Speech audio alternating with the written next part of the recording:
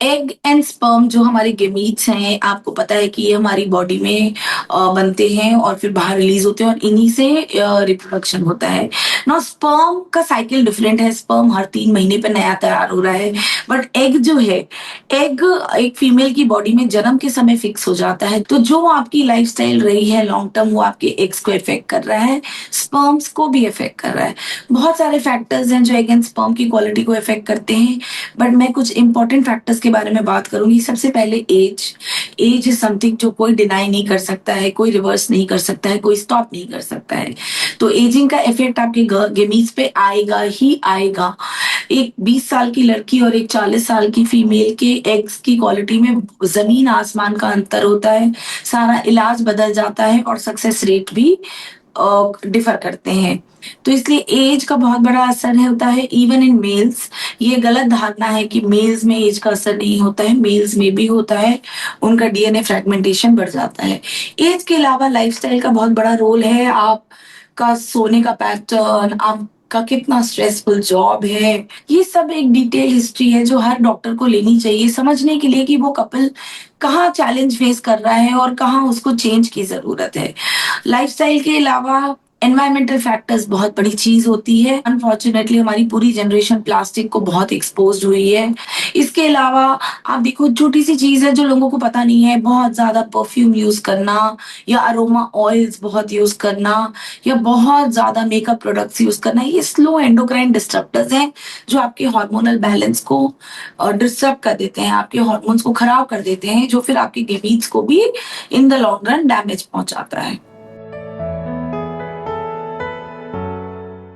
Lifestyle अगर आप जैसे अगर आप अपने डाइट में चेंज करते हैं, अगर आप अपनी वेट पे मॉनिटर करते हैं, एक्सरसाइज इंक्लूड करते हैं अपने लाइफस्टाइल में, तो देखा गया है कि कितने सारे पेशेंट्स जो हमारे पास आते हैं वो नेचुरली कंसीव कर जाते हैं।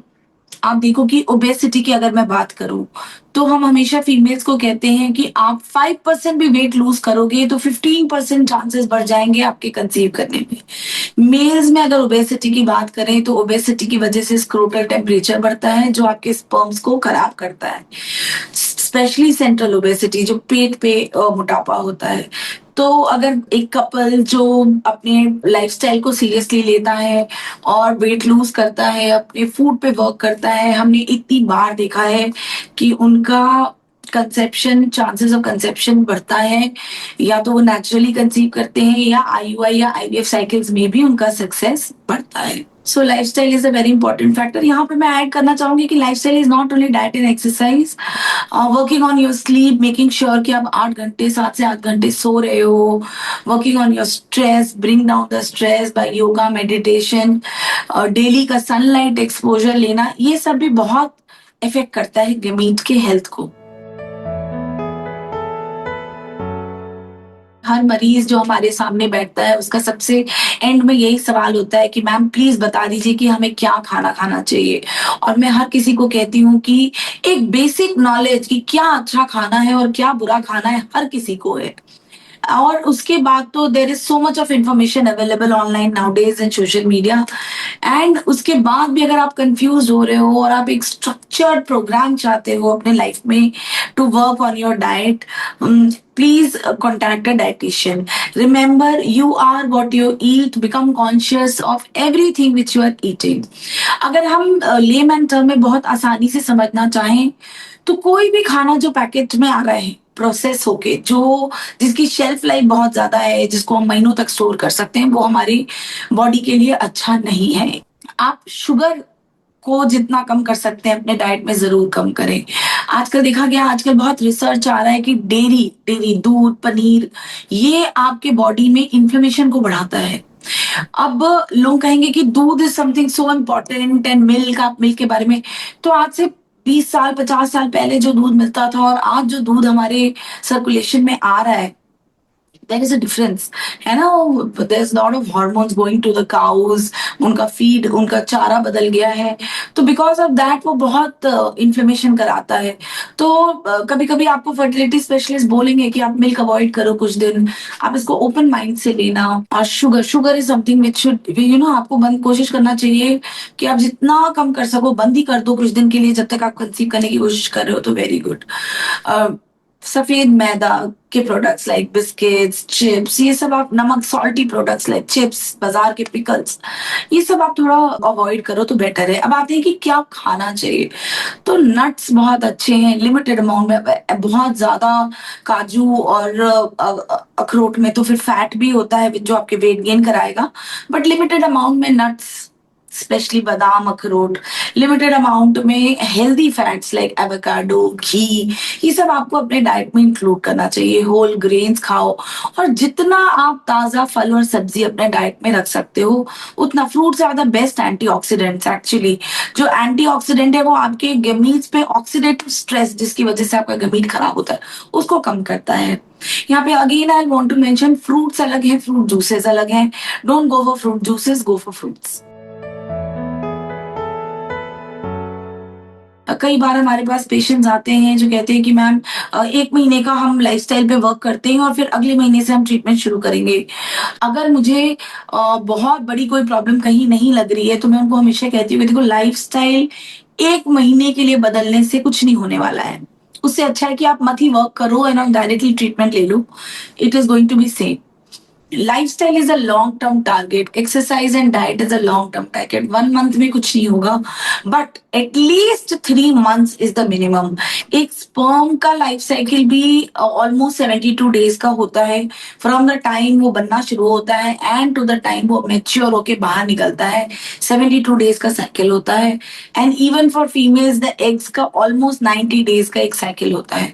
तो एटलीस्ट 3 मंथ्स के बाद आपको इम्प्रूवमेंट दिखना शुरू होंगे, वो भी कंसिस्टेंटली, अगर आप अपने खाने पे और एक्सरसाइज पे and to avoid factors which are affecting your gamete पे काम कर रहे हो तो।